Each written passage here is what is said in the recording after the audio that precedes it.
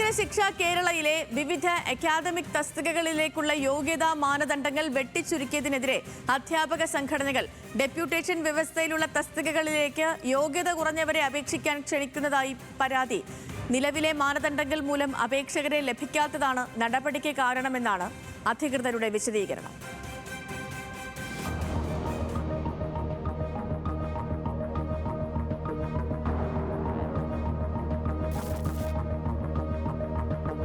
സമഗ്ര ശിക്ഷ കേരളയുടെ സംസ്ഥാന ജില്ലാ പ്രൊജക്ട് ഓഫീസുകളിലേക്കും ബ്ലോക്ക് റിസോഴ്സ് സെന്ററുകളിലേക്കുമുള്ള വിവിധ തസ്തികകളിലേക്ക് അപേക്ഷകരെ ക്ഷണിച്ച് ഈ മാസം 3-നാണ് വിജ്ഞാപനം പുറപ്പെടുവിച്ചത്.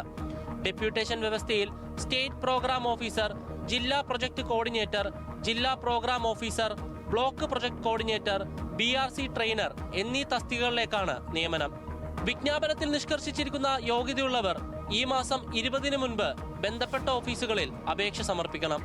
എന്നാൽ അപേക്ഷ സമർപ്പിക്കുന്നതിനുള്ള തീയതി അവസാനിക്കുന്നതിന് മുൻപ് തസ്തികകളിലേക്കുള്ള യോഗ്യതാ മാനദണ്ഡങ്ങൾ വെട്ടിച്ചുരുക്കി വിദ്യാഭ്യാസ വകുപ്പ് ഉത്തരവിറക്കി.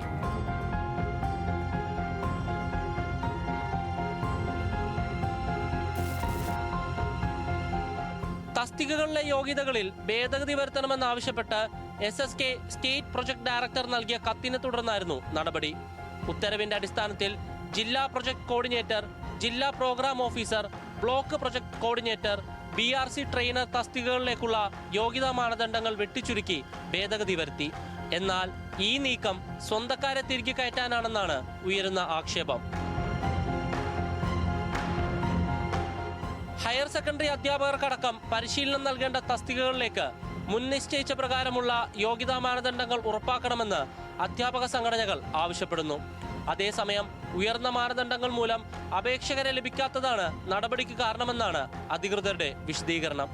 മുൻകാലങ്ങളിൽ ഇല്ലാത്ത വിധം എന്താൾക്ഷാമമാണ് നിലവിൽ ഉള്ളതെന്നാണ് വിഷയത്തിൽ ഉയരുന്ന പ്രധാന ചോദ്യം. അങ്ങനെയുണ്ടെങ്കിൽ തന്നെ അപേക്ഷിക്കാനുള്ള തീയതി അവസാനിക്കുന്നതുവരെ കാത്തിരിക്കണമെന്നും അധ്യാപകർ പറയുന്നു. ഇതിനു മുൻപുള്ള വിദ്യാഭ്യാസ വകുപ്പിന്റെ നടപടി സംശയത്തിന്റെ നിഴലിലാണ്. ക്യാമറാമാൻ വിനേഷ് നേതാജിക്കൊപ്പം Hans John, news Malayalam, Thiruvananthapuram.